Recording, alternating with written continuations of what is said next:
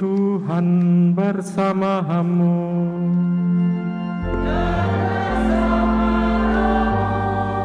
Inilah Injil suci menurut Santo Lukas.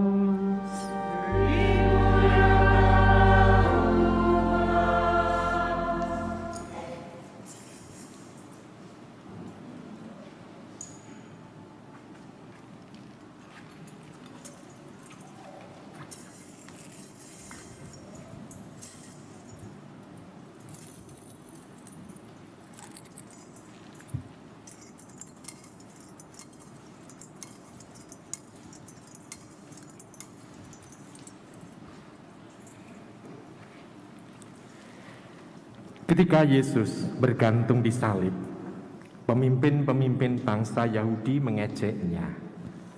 Orang lain ia selamatkan. Biarlah sekarang ia menyelamatkan dirinya sendiri. Jika ia adalah Mesias, orang yang dipilih Allah. Juga prajurit-prajurit mengolok-olok dia. Mereka menawarkan anggur asam kepadanya dan berkata, "Jika engkau raja orang Yahudi, selamatkanlah dirimu." Ada juga tulisan di atas kepalanya, "Inilah raja orang Yahudi." Salah seorang dari penjahat yang digantung itu menghujat Yesus, katanya, "Bukankah engkau Kristus? Selamatkanlah dirimu dan kami." Tetapi penjahat yang seorang lagi menegur dia, "Tidakkah engkau takut kepada Allah? Sebab engkau menerima hukuman yang sama. Kita memang selayaknya dihukum sebab kita menerima balasan yang setimpal dengan perbuatan kita. Tetapi orang ini tidak berbuat sesuatu yang salah." Lalu ia berkata kepada Yesus, "Yesus, ingatlah aku apabila engkau datang sebagai raja." Kata Yesus kepadanya, "Aku berkata kepadamu, sesungguhnya pada hari ini juga engkau akan ada bersama-sama dengan aku di dalam Firdaus." Demikianlah sabda Tuhan.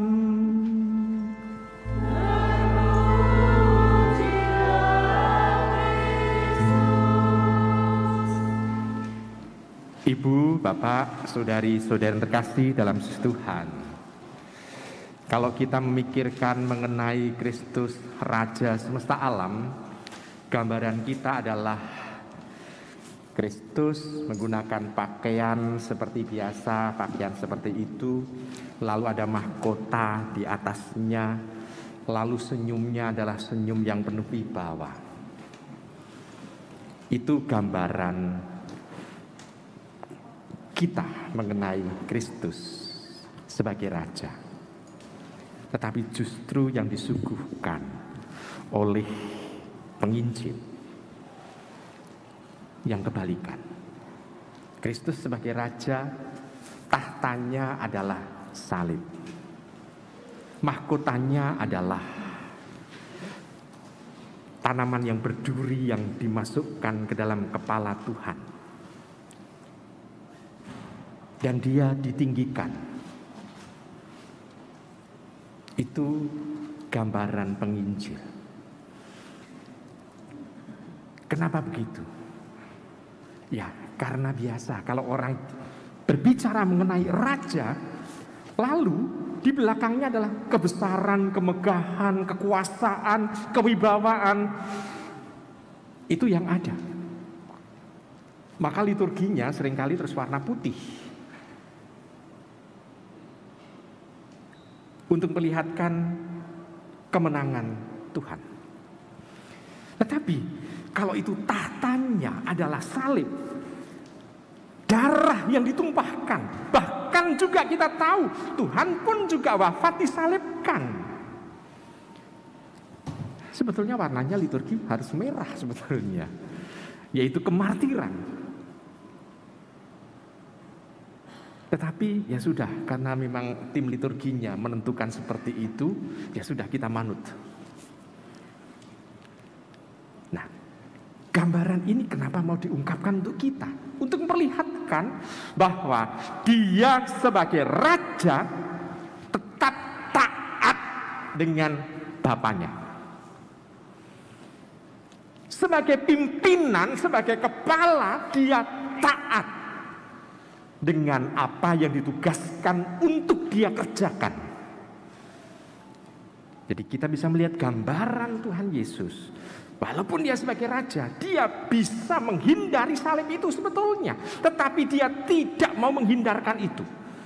Dia tetap setia untuk menjalani jalan kesengsaraan. Saya tidak menggunakan jalan salib ya, tapi jalan kesengsaraan. Karena tempat Tuhan Yesus diarak menuju Golgota dari tempat dia diadili juga bukan via crucis, tapi via dolorosa.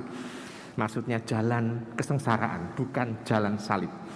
Walaupun kita menggunakan gambar ini, kalau yang kita gunakan selama Prapaskah setiap Jumat kita selalu berdoa dengan jalan salib, karena selalu gambarnya ada salib, hanya awal dan ujung saja yang tidak ada salibnya. Nah, ibu bapak, saudara terkasih, kenapa seperti itu? Yang mau diungkapkan adalah raja yang mempunyai kualitas ketaatan, kualitas setia. Lalu yang kedua yang mau diungkapkan adalah dia sebagai raja itu sudah disadari oleh banyak orang yang tadinya awalnya itu sebagai ejekan. Kristus, Mesias, Raja sebagai ungkapan ejekan, tetapi sebetulnya di situ mau untuk menunjukkan identitas terdalam siapa dirinya. Walaupun awalnya ejekan, tetapi nanti pada saat kebangkitan orang disadarkan bahwa itu sebetulnya adalah identitas. Walaupun dipakai sebagai ejekan. Ejekan sebetulnya ejekan kekanak-kanakan. Misalnya ada orang yang namanya punya gelar tertentu, misalnya Raden siapa begitu. Bisa juga nama yang identitasnya adalah Raden itu lalu diejek-ejek untuk mengejek-ejek Raden begitu. Bisa juga kan? Identitas dirinya dipakai sebagai ejekan. Tetapi bagi Tuhan tidak menjadi perkara, karena semoga orang yang mengejek itu nanti mengalami perubahan menuju pertobatan. Demikian juga dengan kita orang Kristiani seringkali juga diejek. Alah, orang Kristen nanti kalau mati juga ikut disalib, nanti juga akan disatukan dengan babi segala macam itu. Pokoknya semua serba yang ejek-ejekan itu dikenakan sebagai identitas sebagai orang Kristiani. Tetapi kita tahu bahwa itu tidak akan terjadi karena kita tahu persis apa yang kita imani. Nah, walaupun itu menjadi ejekan, tetapi Tuhan tetap memperlihatkan bahwa dia raja. Raja yang macam apa? Sesuatu yang di luar dugaan adalah dia adalah raja yang menguasai segalanya. Coba kita bayangkan begini ibu bapak. Kalau di dalam rumah Anda punya pembantu rumah tangga, ya.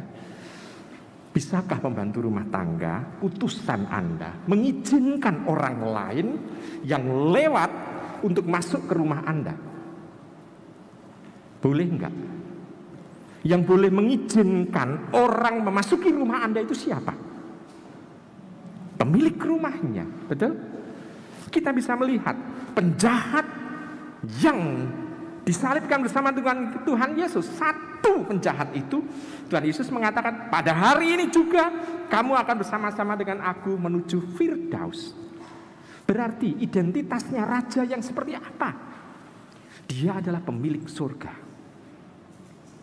Karena dia bisa mengizinkan penjahat yang salah itu, yang dihukum mati di dunia, untuk masuki surga.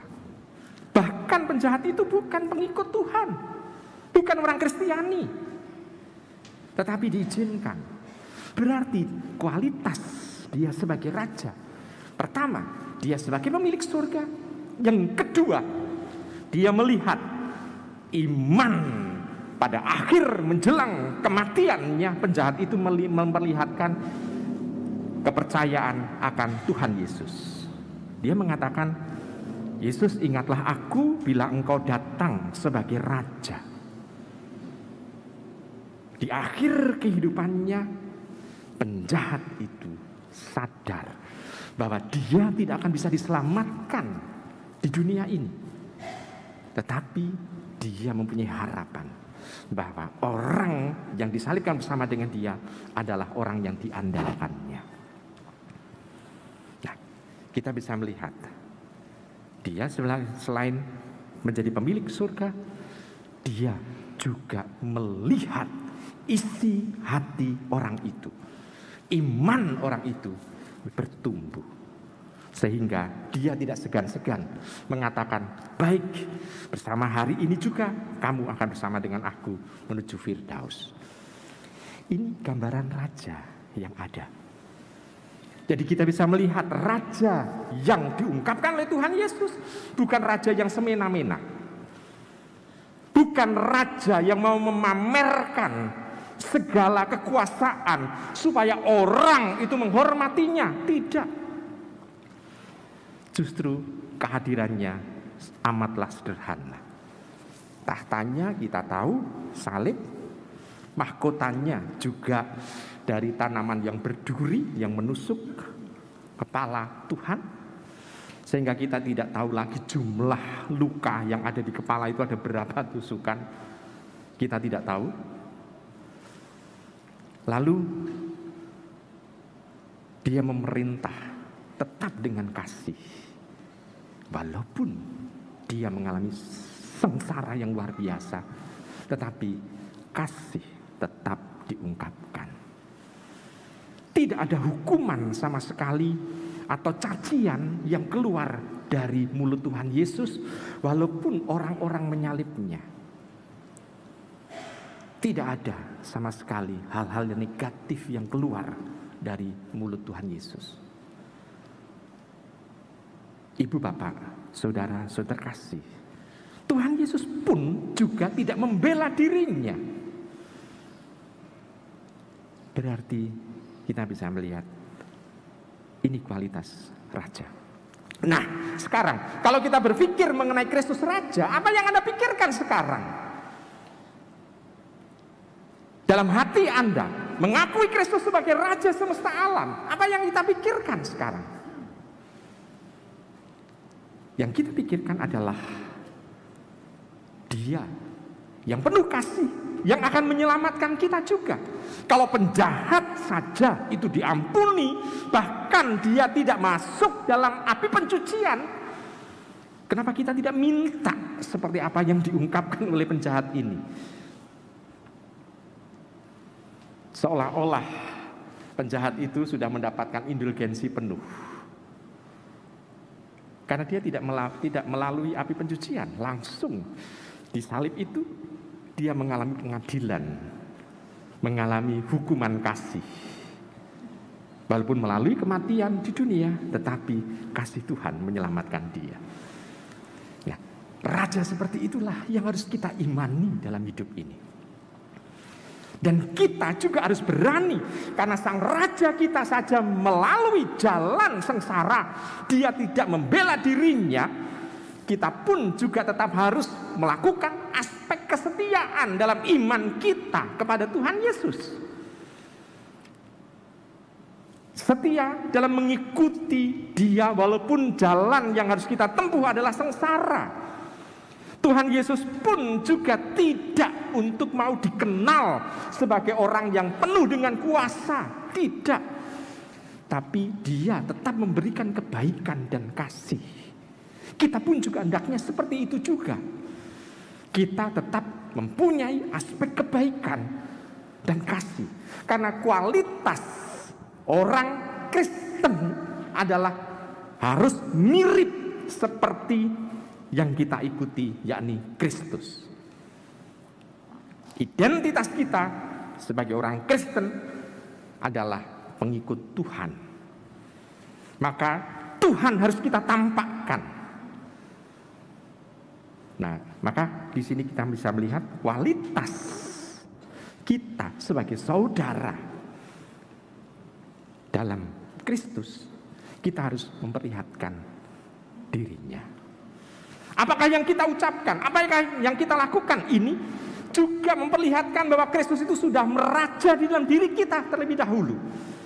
Sebelum kita mewartakan Kristus adalah raja, kita harus membiarkan Kristus meraja terlebih dahulu di dalam hidup kita, dalam pikiran kita, dalam hati kita, dalam hidup kita. Kita biarkan Tuhan Yesus meraja terlebih dahulu sebelum kita mewartakan Kristus adalah raja.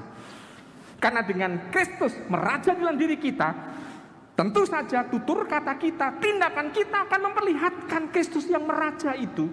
Sehingga orang lain melihat bahwa kita dirajai oleh Tuhan. Sehingga orang lain tanpa kita harus ngomong, tanpa kita harus melakukan kebaikan, otomatis orang akan melihat bahwa Kristus memang raja.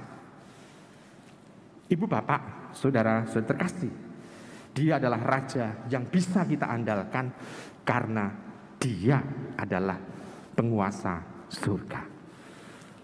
Maka mari kita bersama-sama mencoba untuk membiarkan Tuhan merajai dalam kehidupan kita. Kita harus rendah hati untuk menyambut kehadirannya. Selamat merenungkan.